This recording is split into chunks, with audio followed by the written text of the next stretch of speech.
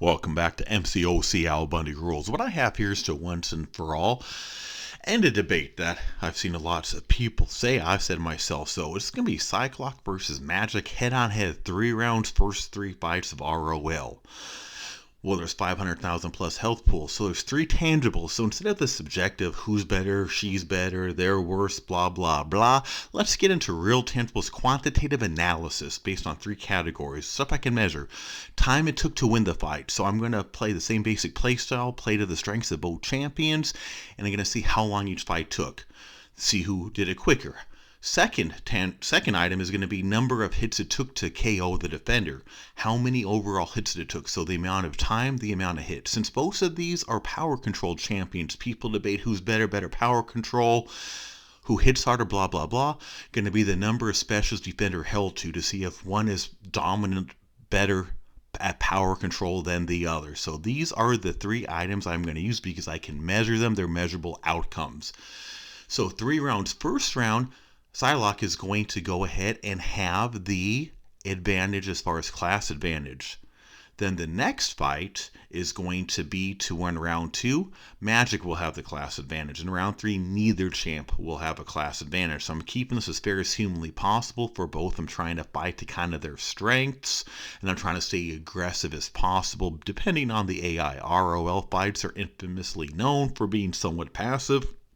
So that can play a slight role sometimes, but trying to keep this little case study, as I'll call it, as fair as humanly possible. I am using the horseman synergy for PSYLOCKE right there, and that is going to be a big thing. So before you say, oh, this is only because of the synergy, my quick and easy argument is lots of top-rated, top-tier champs are based and rated that high based on their synergy, and we're seeing some massive damage going by PSYLOCKE now.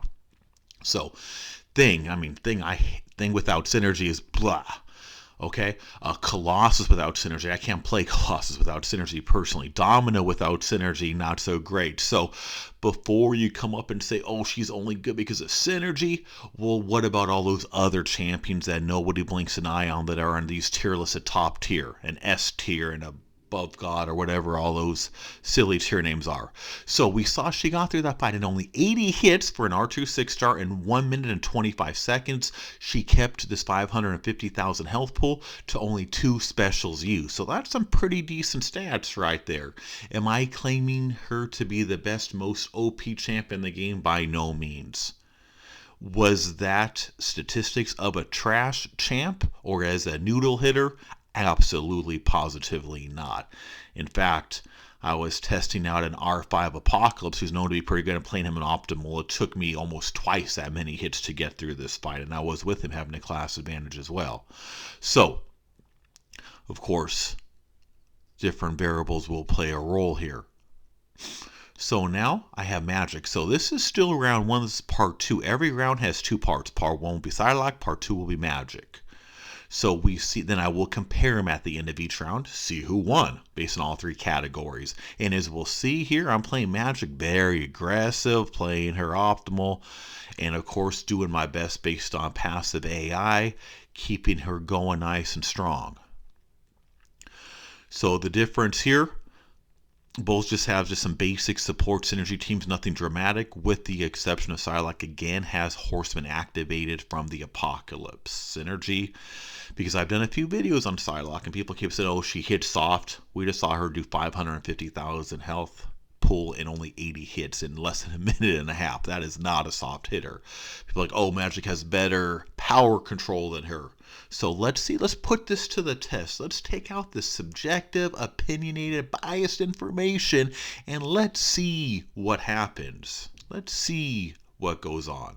Although I guarantee there's still going to be a few comments to this video. They're going to say, oh, PSYLOCKE hits like a wet noodle, or Magik's better. They're not even going to watch this video because some people are just so predetermined on their thoughts that they just know everything without looking at other information right in front of them, but so be it. For those of you watching and listening right now, let's form our own opinions. As we'll see, I'm playing aggressive, I'm fighting hard, I'm hitting those S2s, I am smacking and smacking as hard as I can. You are noticing very different amounts of damage. People don't call Magik a wet noodle. People always say how much harder hitter she is in PSYLOCKE when they are compared. Some people accept that they're similarly good as far as when it comes to power control, but always talk about what a much stronger hitter and quicker hitter Magik is. We're seeing this hit count combo getting pretty dang high. If you remember the stats from part 1 of round 1, you'll know that this is getting way higher. So 2 minutes and 33 seconds for that fight, 175 hits, and 2 defender specials used. So let's compare the two now together. So both champs did amazing on power control, both kept the defender at 2, so that is a tie. Both are great power control champions, there's no denying that. But who's did better? Round 1 winner PSYLOCKE finished that fight 1 minute and 8 seconds faster. That's 1 minute and 8, that's almost twice as fast. PSYLOCKE did that fight in 95 less hits, that's more than half as less hits. And tied. PSYLOCKE clearly dominated round 1, alright? 95 less hits, a minute and 8 seconds faster. So both amazing power control champs, they're toe-to-toe on that, no doubt about it. But when we have this synergy going on, people who call PSYLOCKE the wet noodle, hits too soft, blah, blah, blah. I'm showing you straight up quantitative analysis, proof on measurable outcomes, okay? You can't get any more clear than this. Keeping this as fair as humanly possible. And as we will see, playing on it, I get the power lock. If you are curious as to what I'm doing and how I'm doing this, I have a few other videos in PSYLOCKE, which has really led me to this video, because despite those videos and the proof I've been showing how amazing she is, and people look at me cross-eyed and crazy when I talk about that, I'm leaning towards her as my next R3 6-star quite possibly. Look at this stuff. Look at these videos and it's showing once and for all proof on just some regular fights with high health pulls on how great she can be. And before you try and say PSYLOCKE ain't good against power gain control champs, blah blah blah, I've debunked that already many times in previous videos, including my tutorial as well as my most underrated champion in PSYLOCKE video as well. So again, if you are going to try to debunk anything on here, keep in mind I got other videos. I already know all the arguments thought here. I've already debunked them all, but this is now just to take away all subjective. There was just a little sloppy S2 mistake I made there. I was a little slow on my trigger. So the only really issue I have with PSYLOCKE there is the fact that I just made a sloppy mistake, but that's okay. Even with the sloppy mistake, we're going to see how good she is. That sloppy mistake did cause Classic Marvel to be able to start gaining power. That broke the power gain, so instead of I would have had her held at 2 specials used, it did go up to 3 because of that mistake I made, which happens. The fight took 1 minute 41 seconds and 96 hits. Nothing super crazy OP impressive, but when you compare this to other R5s, R2s who are known to be pretty good hitters, that fits right in there, and those ones can't hold them to that few specials. So let's go to part 2 of round 2. And a big thing on looking at these numbers is the fact that we can keep them power locked. When you can keep a champ permanent power locked and not gaining power, it makes most fights so much easier when you don't have to deal with that. That's the big reason why people like Magik, they talk about being able to kind of do what I'm doing here and get those permanent power locks. And for some reason, people think she's a hard hitter and talk about how what a much stronger hitter she is. But as we saw in round 1, she ain't that strong of a hitter. But here, she has a class advantage. She has a class advantage against Captain Marvel, so let's see if this makes a mistake.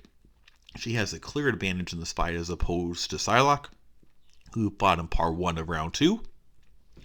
So this should be an easy win for Magik, one might think. But let's see, we already see the hit count getting up at 56 and the health pool's not even halfway. Again, I'm not changing anything to give any advantages, keeping this as fair as humanly possible, because I personally want to know once and for all who is better. For those who look at certain things, who's better at power control? We saw in round 1 it was a straight up tie. And we're going to see similar things on that. Who hits harder? we saw, at least in round 1, it was not even close. PSYLOCKE completely decimated Magik.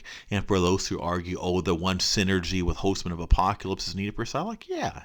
And those synergies are needed for Domino's Flaming Trinity. They're needed for Captain Marvel movie. They're needed for Thing, especially. They're needed for Colossus. So there's a lot more. We could go on and on. So you can't just isolate one champion from that synergy needs when so many others are so clearly and obviously accepted without a blink of the eye. And we see some pretty good work coming out of Magik. No doubt she's a great champ. But the big thing is she gets a lot of love. She was in top tiers for a long time. She's still in the top list of most people's tier lists, while PSYLOCKE's always down there at the bottom. Even when people are including Horseman synergies, PSYLOCKE is still sitting down there at the bottom as most people tier lists, which is why I hate tier lists, by the way. So subjective, so biased, like anybody knows every single champ in the game and masters them. It's just unrealistic, not realistic at all, in a lot of circumstances. So why isn't pretty much everybody's tier list Magik rated so much higher than PSYLOCKE, to include PSYLOCKE with synergy, when we're seeing the results we're seeing? So time here, 2 minutes 34 seconds, 142 hits, 2 specials used. So let's compare that round 2 results with PSYLOCKE. So we again are going to see some massive differences. The closest one of the specials used, Magik did get the advantage here. She had one less special, mainly because of a mistake I made with PSYLOCKE, but Magik did one less special, 3-2. Both still very good control. But round 2, when it's like 53 seconds faster, and it's like 46 less hits. Magik got it by one special out, 3-2, very close there. Split decision on these 3 variables, however, still a clear domination winner in PSYLOCKE right there. So PSYLOCKE's already won 2 of the 3 rounds, but let's see if it's going to be a clean sweep. So PSYLOCKE's already the winner here, okay? I'm going to say that right now. People can argue with whatever they want. Show me proof, unbiased, straight up, accurate information that will show me otherwise. Prove me wrong.